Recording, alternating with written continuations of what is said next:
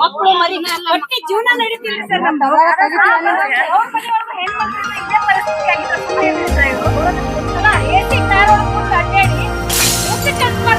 ಒಂದ್ ದಿನಕ್ಕೆ 5,000 ರೂಪಾಯಿ, ನಾವ್ 5,000 ರೂಪಾಯಿ ಒಂದ್ ತಿಂಗಳು ಜೀವನ ಮಕ್ಕಳು ಮರಿ ಎಲ್ಲಾನು ಕಳಿಬೇಕು. ಇಷ್ಟ ಕಷ್ಟ ಆಗತ್ತಿದೆ ಸರ್ ನಮ್ಗೆ. ಇವ್ರಿಗೆ ಯಾಕೆ ಬೇಕ್ರಿ ಸರ್ ನಮ್ ಕೆಲ್ಸ? ಇವರಿಗೆ ಮಾಡ್ತೀನ್ರಿ. ಅವ್ರು ಮುಖ್ಯಮಂತ್ರಿ ಆಗಕ್ ಯೋಗ್ಯರೇ ಇಲ್ಲ ಅಂತ ನನ್ ಮೊದ್ಲೇ ಉತ್ತರ ರೀ. ಯಾಕಂದ್ರ ಅವ್ರು ಏನ್ ಮುಖ್ಯಮಂತ್ರಿಗಳಾಗಿ ನುಡ್ದಿದ್ರಲ್ಲ ಆ ನುಡಿದಂತೆ ನಡೀಲಿಲ್ರಿ. ಹೋದ್ ವರ್ಷ ಜನವರಿಯಾಗ 4 ದಿನ ಕಂಟಿನ್ಯೂ ಹೋರಾಟ ಮಾಡಿದೇವ್ರಿ, ಹಗಲು ರಾತ್ರಿ. 10,000 ರೂಪಾಯಿ ಗ್ಯಾರಂಟಿ ಕೊಡ್ತೀನಿ ಅಂತ ಹೇಳಿ ಕಿಶಿಂದ ಈ ಹೋರಾಟನ ಹಿಂತಗಿರಿ ಅಂತ ಹೇಳಿದ್ರು. ಹಿಂತಗದೇವ್ರಿ. ಅವ್ರ ಮಾತಿಗೆ ಬೆಲೆ ಕೊಟ್ಟು ಹಿಂತಗದಿದ್ದೇವ್. ಆದ್ರ ನಾವ್ ಮಾತಿಗೆ ಬೆಲೆ ಕೊಡ್ಲಿಲ್ಲ ಅವ್ರ ಮುಖ್ಯಮಂತ್ರಿಗಳು. ಈವರೆಗೇನು ನಮ್ಗ ಅದ್ 10,000 ರೂಪಾಯಿ ಗ್ಯಾರಂಟಿ ಮಾಡ್ಲೇ ಇಲ್ರಿ.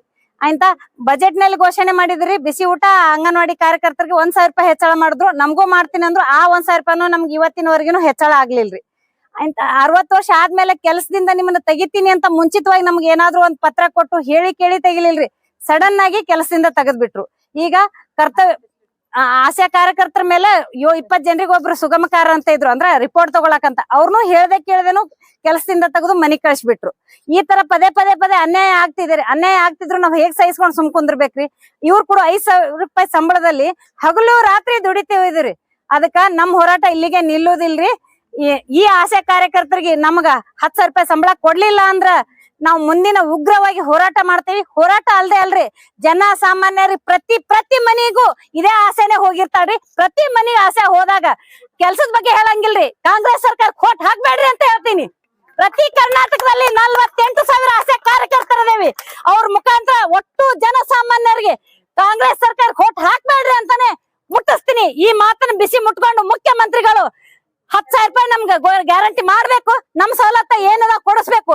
7,000 ಆಸೆ ಕಾರ್ಯಕರ್ತರನ್ನ ಏನ್ ಕೆಲಸದಿಂದ ತೆಗಿಲತ್ತಾರಲ್ಲ ಅವ್ರ ಕೆಲಸದಿಂದ ತೆಗಿಯೋದಿಲ್ಲ ಅಂತ ಹೇಳಿ ನಮ್ಗೆ ಆರ್ಡರ್ ಕೊಡ್ಬೇಕು ಇವತ್ತಿಂದ ಇವತ್ತೇ. ಈ ಮಾಧ್ಯಮದ ಮುಖಾಂತರ ಎಚ್ಚರಿಕೆ ಕೊಡ್ತಿದ್ದೀನಿ ಸಿದ್ದರಾಮಯ್ಯ ಸಾಹೇಬ್ರಿಗೆ. ನಿಮ್ ಗಮನದಲ್ಲಿ ಇರ್ಲಿ.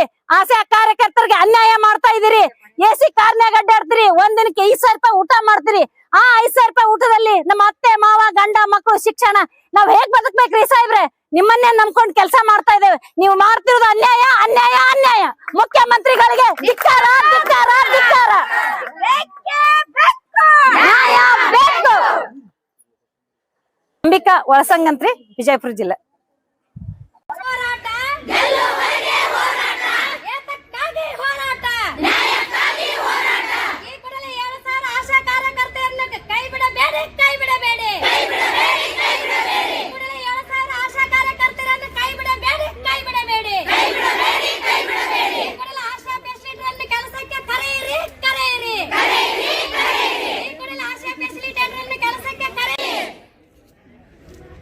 ಆರ್ಟಿಯನ್ನು ಜನಸಂಖ್ಯೆ ಹೆಸರಿನಲ್ಲಿ ತೆಗೆಯಬೇಡಿ, ತೆಗೆಯಬೇಡಿ, ತೆಗೆಯಬೇಡಿ, ತೆಗೆಯಬೇಡಿ. ಆಶಾ ಕಾರ್ಯಕರ್ತರನ್ನು ಜನಸಂಖ್ಯೆ ಹೆಸರಿನಲ್ಲಿ ತೆಗೆಯಬೇಡಿ, ತೆಗೆಯಬೇಡಿ, ತೆಗೆಯಬೇಡಿ, ತೆಗೆಯಬೇಡಿ. ಈ ಕೂಡಲೇ ಆಶಾ ಕಾರ್ಯಕರ್ತರಿಗೆ ನಿಗದಿತ ವೇತನ ನಿಗದಿ ಮಾಡಿ, ನಿಗದಿ ಮಾಡಿ, ನಿಗದಿ ಮಾಡಿ, ನಿಗದಿ ಮಾಡಿ. ಈ ಕೂಡಲೇ ಆಶಾ ಕಾರ್ಯಕರ್ತರಿಗೆ 10,000 ಗೌರವಧನ ನಿಗದಿ ಮಾಡಿ, ನಿಗದಿ ಮಾಡಿ, ನಿಗದಿ ಮಾಡಿ, ನಿಗದಿ ಮಾಡಿ. ಬೇಕೇ ಬೇಕು ನ್ಯಾಯ ಬೇಕು, ಬೇಕೇ ಬೇಕು ನ್ಯಾಯ ಬೇಕು. ಆಶಾ ಕಾರ್ಯಕರ್ತರ ಸಂಘ ಸರಿ, ನಿಮ್ಗೆ ಒಂದ್ ಹೆಲ್ಪ್ ಮಾಡ್ರಿ. ನಮ್ಗೆ ಹಿಂಗ್ ಬರಬೇಡ್ರಿ ಅಡ್ಡ. ಒಂದು 3 ದಿವಸದ ಧರಣಿ ಆಯ್ತು ಸರ್ ಬೆಂಗಳೂರಲ್ಲಿ. ಅಲ್ಲಿ Dinesh Gundu Rao sir health minister ಅವರು ಬಂದರು. ಅದಾದಮೇಲೆ ಒಂದು 3-4 ದಿವಸ ಹೋರಾಟ ಕಂಟಿನ್ಯೂ ಆದಮೇಲೆ ಲಾಸ್ಟಿಗೆ CM ಅವ್ರು ಬಂದರು. CM ಅವ್ರು ಬಂದು ಅಲ್ಲಿ ಹೇಳಿದ್ದಪ್ಪ ಅಂತ ಹೇಳಿದ್ರೆ, ನಾವು ಪಂಚ ಗ್ಯಾರಂಟಿಗಳನ್ನ ಎಲ್ಲರಿಗೂ ಖಾತೆಗೊಳಿಸಿದ್ದೀವಿ. ನೀವು 6ನೇ ಗ್ಯಾರಂಟಿ ಆಯ್ತು ನೋಡ್ರಿ, ನಿಮ್ಗೆಲ್ಲರಿಗೂ ಕೂಡ ಕನಿಷ್ಠ 10,000 ರೂಪಾಯಿ ಸಂಬಳ ಮಾಡೇ ಮಾಡ್ತೀನಿ, ನೀವು ನಮ್ಮ ನಂಬರ್ ಅಂತ ಹೇಳ್ತೀರಿ. ಅವತ್ತು ಆಶ್ವಾಸನೆ ಕೊಟ್ಟರು ಸರ್. ಅದಾದಮೇಲೆ ಇವತ್ತಿನವರೆಗೂ ಕೂಡ ಅದು ಈಡೇರಿಲ್ಲ ಸರ್. ಅವರು ಹೇಳಿದರು, ಆದ್ರೆ ಆಗಿಲ್ಲ. ಅದಾದಮೇಲೆ ಡಿಪಾರ್ಟ್ಮೆಂಟಲ್ಲಿ ಮೀಟಿಂಗ್ಗಳ ಮೇಲೆ ಮೀಟಿಂಗ್ಗಳಾಗ್ಯಾವ ಸರ್. ಮೀಟಿಂಗ್ ಆಗಿಲ್ಲ ಹತ್ತಲ್ಲ, ಸುಮಾರು ಒಂದು 20-30 ಮೀಟಿಂಗ್ಗಳಾಗ್ಯಾವ ದಿನೇಶ್ ಗುಂಡೂರಾವ್ ಅವ್ರ ಜೊತೆ ಮತ್ತು ಆಯುಕ್ತರ ಜೊತೆ, MD ಅವ್ರ ಜೊತೆ. ಆದಾಗ್ಯೂ ಕೂಡ ಏನೂ ಬೇಡಿಕೆ ಈಡೇರಿಲ್ಲ ಸರ್. ಅದಕ್ಕೆ ನಾವು ಈ ಬಜೆಟಲ್ಲಾದರೂ ಇದನ್ನು ಒಂದು ನಮ್ಮ ಬೇಡಿಕೆನ ಗಣನೆಗೆ ತೆಗೆದುಕೊಂಡು, ಯಾಕಂದ್ರೆ ಅವ್ರು ಕೊಟ್ಟ ಮಾತನ್ನೇ ಎಲ್ಲ ಹೋದಲ್ಲೆಲ್ಲ ಹೇಳ್ತಾರೆ, ನಾವು ಕೊಟ್ಟ ಮಾತಿಗೆ ನಡೆದೀವಿ ಅಂತೇಳಿ. ಸೊ ಇದನ್ನು ಕೂಡ ನಮ್ಮ ಆಶಾ ಕಾರ್ಯಕರ್ತರಿಗೆ ಏನು ಆಶ್ವಾಸನೆ ಕೊಟ್ಟಿದ್ದಾರೆ ಅದನ್ನು ಈಡೇರಿಸಬೇಕು. ಕನಿಷ್ಠ 10,000 ಮಾಡ್ತೀವಿ ಅಂತೇಳಿ. ನಾವು 15,000 ಡಿಮ್ಯಾಂಡ್ ಇಟ್ಟಿದ್ದು, 10ಕ್ಕೆ ಒಪ್ಕೊಂಡಿದ್ರು ಅವರು. ಅದನ್ನೇ ಮಾಡಬೇಕು ಸರ್. ಆಮೇಲೆ ಇನ್ನೊಂದು ಭಾಳ ಇಂಪಾರ್ಟೆಂಟ್ ಸರ್, ಈ 7,000 ಜನ ಆಶಾ ಕಾರ್ಯಕರ್ತರನ್ನ ಈ ಇದರಿಂದ ತೆಗಿತೀನಿ ಅಂತ ಹೇಳ್ಯಾರ 2 ತಿಂಗಳಲ್ಲಿ. ಅದು ಅಂದರೆ ಅದು ಅವ್ರು ಹೇಳೋದು ಕೇಂದ್ರ ಸರ್ಕಾರದ ಮಾರ್ಗಸೂಚಿ ಅನ್ನುವ ಯಾಕೆ ಹೇಳ್ತಾ ಇರ್ತಾರೆ. ಬಟ್ ಪ್ರಾಕ್ಟಿಕಲ್ ಆಗಿ ತೊಗೊಂಡ್ರೆ ಕೇಂದ್ರ ಸರ್ಕಾರದ ಯಾವುದೇ ಒಂದು ಮಾರ್ಗಸೂಚಿನೇ ಬಂದಿಲ್ಲ. ಯಾವುದೋ ಒಂದು ಡಿಪಾರ್ಟ್ಮೆಂಟಲ್ಲಿ ಆಗಿರಲಿ ಅಥವಾ ಮಿನಿಸ್ಟ್ರಿಂದ ಆಗಿರಲಿ, ಎಲ್ಲಿಂದನಾಗಿರಲಿ ಇವತ್ತಿನವರೆಗೂ ಕೂಡ ಯಾರ ಬಳಿ ಕೇಳಿದ್ರು ಒಂದೇ ಒಂದು ಸರ್ಕ್ಯುಲರ್ ಕಾಣಿಸ್ತಾ ಇಲ್ಲ ಸೆಂಟ್ರಲ್ ಗೌರ್ಮೆಂಟ್ದು, ಏನೂ ಇಲ್ಲ.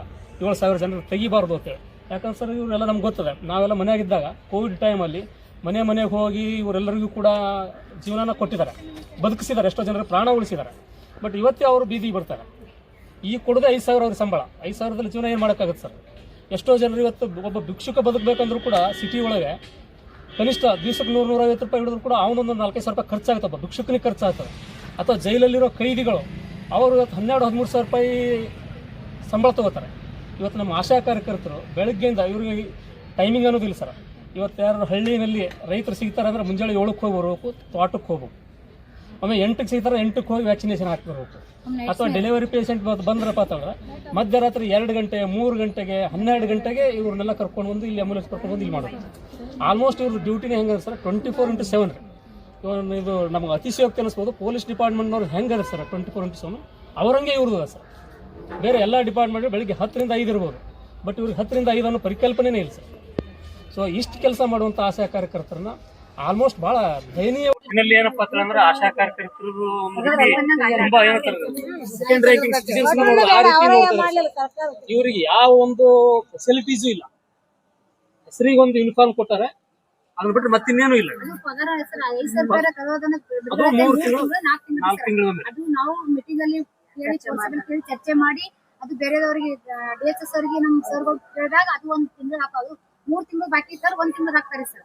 1 ತಿಂಗಳ 3 ತಿಂಗಳು ನಮ್ಮ ಜೀವನ ಹೇಗೆ ನಡಿಬೇಕು ಹೇಳಿ ಸರ್. ಮತ್ತೆ ಅದೊಂದು ವಯಸ್ಸಾದರು ರಿಟೈರ್ಮೆಂಟ್ ಅದಾರಿ ಸರ್. ಮೊದಲ ಏನು ರಿಟೈರ್ಮೆಂಟ್ ಇಲ್ಲ, ಎಜುಕೇಶನ್ ಇಲ್ಲ ತಗೊಂಡಾರಿ ಸರ್. ಈಗ ವಯಸ್ಸಾದವ್ರಿಗೆ ತೆಗಿತೀವಿ ಮತ್ತು ಜನಸಂಖ್ಯೆ ಕಡಿಮೆ ಇದ್ದವರಿಗೆ ತೆಗಿತೀವಿ ಹೇಳಿ ತುರ್ತಾಗಿ 7,000 ಆಶಾ ಕಾರ್ಯಕರ್ತ ವಜಾಗೊಳಿಸಾಕತ್ತಾರೆ ಸರ್. ಮೊದಲು ಏನಾದ್ರು ತಗೊಂಡ್ರಿ ಈ ಹೋರಾಟ ಏನು 10,000 ರೂಪಾಯಿ ಬಿಡುಗಡೆ ಮಾಡ್ತೀವಿ ಆಸನ ಕೊಟ್ಟಿಂದೆ ಒಂದೊಂದು ಇದಕ್ಕೆ ಜಾರಿ ಮಾಡ್ಲಾಕತ್ತಾರೆ ಸರ್. ಮೊದಲು ತಗೊಂಡಿದ್ದೀವಿ ಸರ್. ಅವರು ಫೆಸಿಲಿಟೇಟರ್ನು ಏನೋ ಇಲ್ಲ ಒಮ್ಮೆ ಸಡನ್ಲಿ ಸರ್. ಮಾಧ್ಯಮದವರ ಮುಖಾಂತರ ಸಿದ್ದರಾಮಯ್ಯ ಸರ್ ಅವ್ರಿಗೆ ನಮಸ್ಕಾರ ಸಲ್ಲಿಸ್ತೀನಿ. ಆ ನಮಸ್ಕಾರ ಸಲ್ಲಿಸ್ಬೇಕಂದ್ರೆ ಖುಷಿ ಇರ್ಬೇಕ್ರಿ, ಆದ್ರೆ ನಮ್ಮ ಹತ್ರ ಖುಷಿ ಇಲ್ಲ. ಆದ್ರೂ ಅವ್ರ ತಂದೆ ವಯಸ್ಸಿನವ್ರದಾರತೆ ತಂದೆ ಸ್ಥಾನದಲ್ಲಿ ಇದಾರಂತ ಗೌರವ ಕೊಟ್ಟು ಅವ್ರಿಗೆ ನಮಸ್ಕಾರ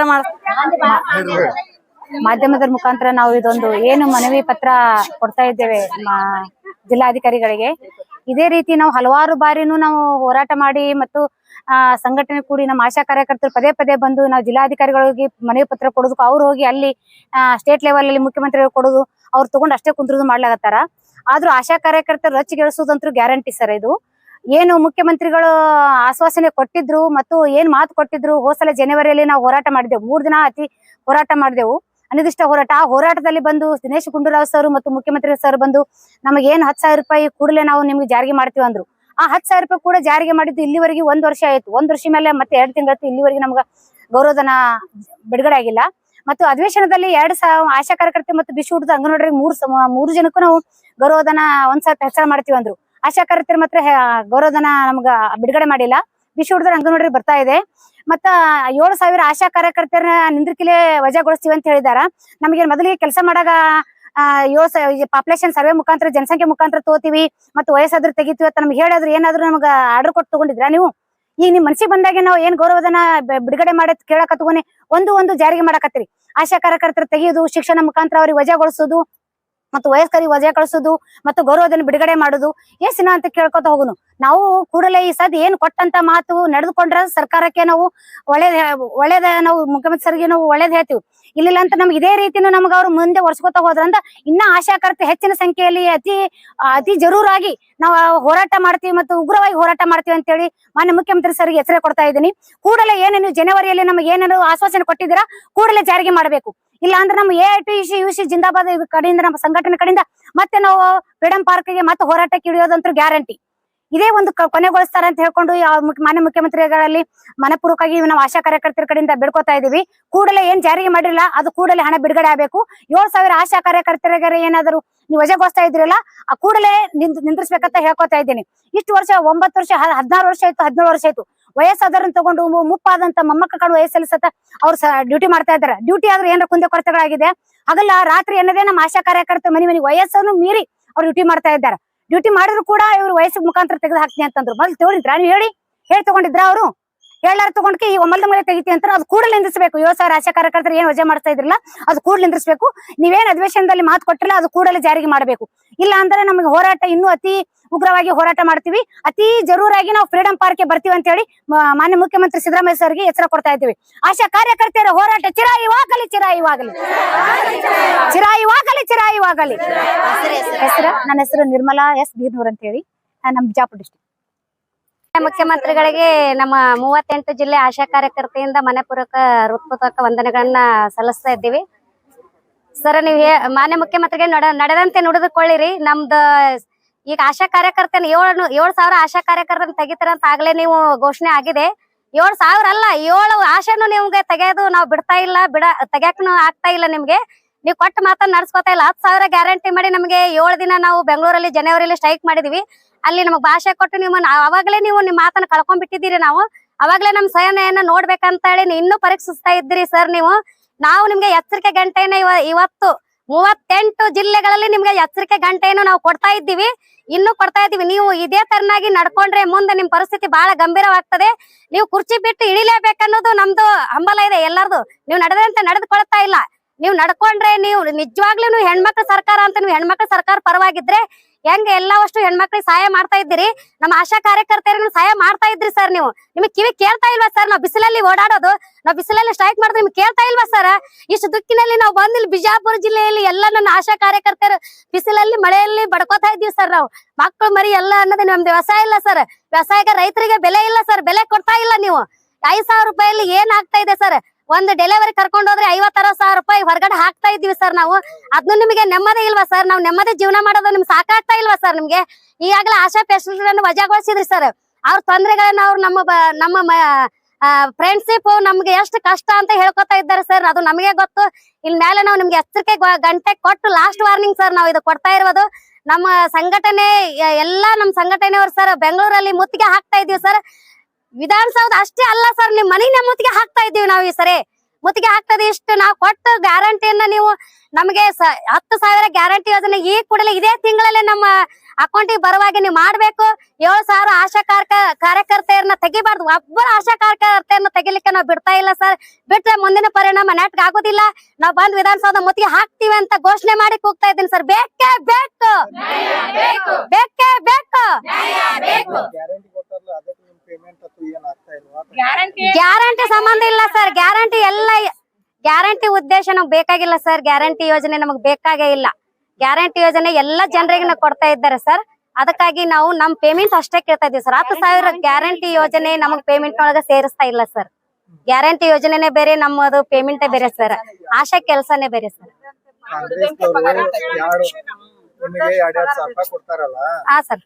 ಈಗ ಗ್ಯಾರಂಟಿ ಬೇಕತ್ತಿರುವ ಗ್ಯಾರಂಟಿ ಬೇಡ ಸರ್. ನಮ್ಗೆ ಗ್ಯಾರಂಟಿ ಬೇಡ. ನಮ್ಮ ಜೀವನಕ್ಕೆ ನಮ್ ಪೇಮೆಂಟ್ ಹೆಚ್ಚಿಗೆ ಆಗ್ಬೇಕು, ನಮ್ ಕುಟುಂಬ ಬದುಕಬೇಕು, ಅದು ಒಂದೇ ಸರ್ ನಮ್ಗೆ. ಗ್ಯಾರಂಟಿ ಯೋಜನೆ ಬೇಡ ಸರ್ ನಮ್ಗೆ. ಸುಮಂಗಲ ಪಡಸಲಿ, ಮುದ್ದೇಬೇಡ ತಾಲೂಕು, ಬಿಜಾಪುರ ಜಿಲ್ಲೆ. ನಮಸ್ಕಾರ ಸರ್.